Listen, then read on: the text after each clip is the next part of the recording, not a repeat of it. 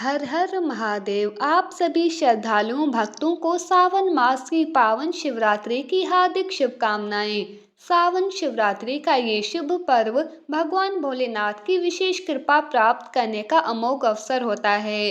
ये वो दिव्य रात्रि है जब शिव भक्ति का प्रत्येक पल अमृत के समान फलदायी होता है। सावन मास की शिवरात्रि की कथा अत्यंत दिव्य और रहस्यमयी है। ये वो काल होता है जब देवों के देव महादेव की उपासना विशेष फलदायक मानी जाती है। इस पावन अवसर पर इस दिव्य कथा का विशेष रूप से श्रवण किया जाता है, जो न केवल भगवान शंकर की महिमा का गान करती है, अपितु भक्तों के हृदय को शिवमय भी कर देती है। तो ये कथा है भक्त चित्रभानु की, जो एक शिकारी था परंतु अनजाने में शिवरात्रि का व्रत कर बैठा और अगले जन्म में भगवान श्री राम का परम मित्र निषाद राज बना।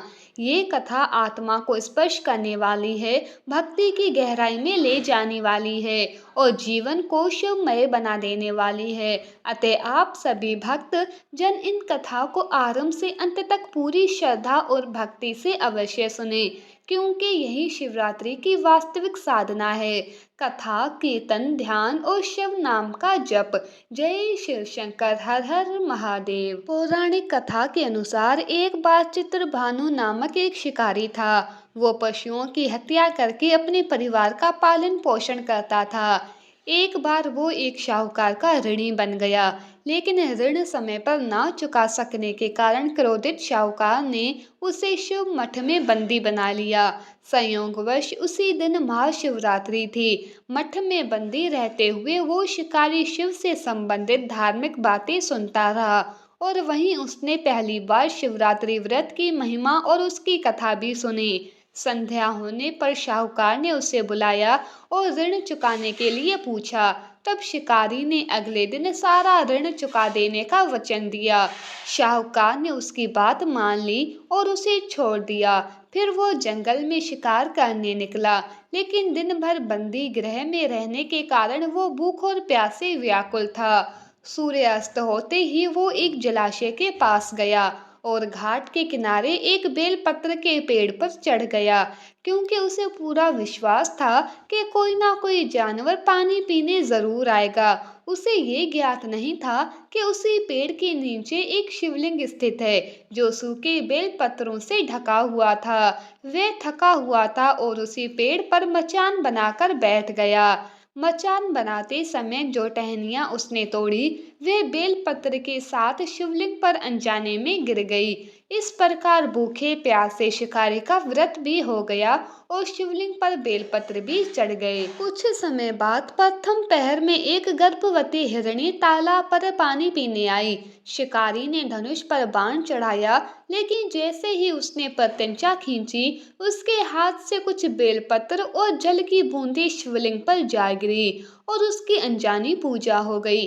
तभी हिरणी ने विनती करते हुए कहा, हे शिकारी, मैं गर्भवती हूँ, शीघ्र ही बच्चों को जन्म देने वाली हूँ। यदि तुम मुझे मारते हो तो दो प्राणों की हत्या होगी। मैं बच्चों को जन्म देकर लौट आऊंगी, तब मुझे मार लेना। शिकारी को दया आ गई और उसने उसे छोड़ दिया।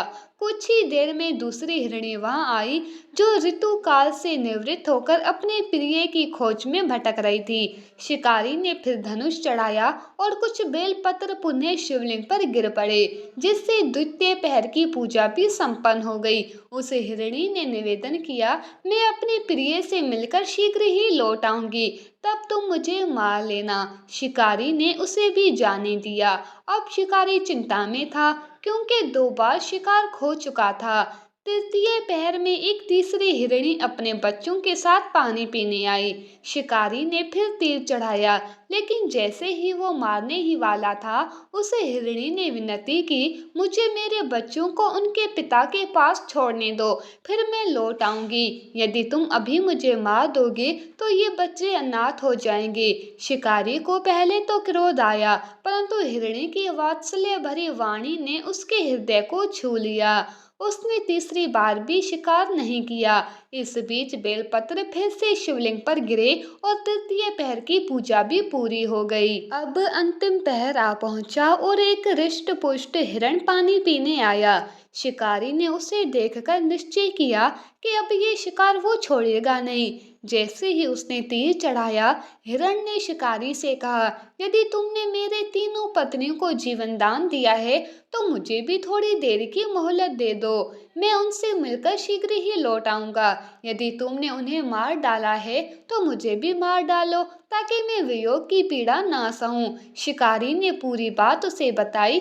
हिरण ने आग्रह किया, जैसे तुमने उन्हें विश्वास दिया, मुझे भी वही भरोसा दो। मैं अवश्य आऊंगा। इस विनय और सत्य वचन को सुनकर शिकारी का कठोर हृदय पिघल गया।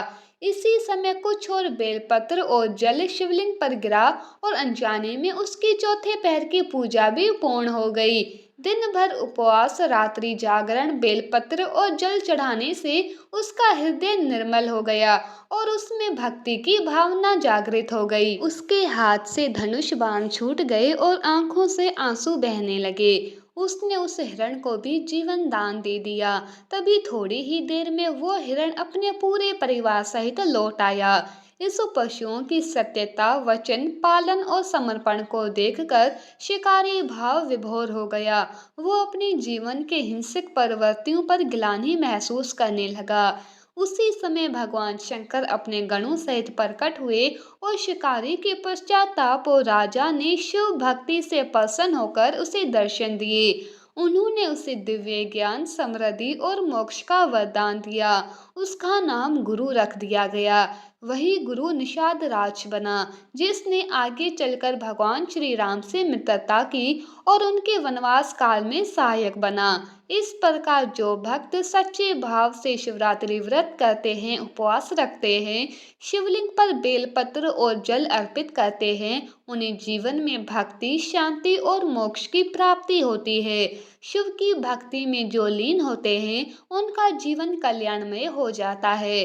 अतः इस व्रत की महिमा अनंत है और इसकी कथा जीवन को दैवीय ऊर्जा से भर देती है। सभी भक्त मिलकर प्रेम से बोलिए, हर हर महादेव। सावन मास की शिवरात्रि पर भगवान शिव की उपासना करने से मनोकामनाएं शीघ्र पूर्ण होती है। इसी दिन माता पार्वती ने कठोर तपस्या करके भगवान शिव को पति रूप में प्राप्त किया था।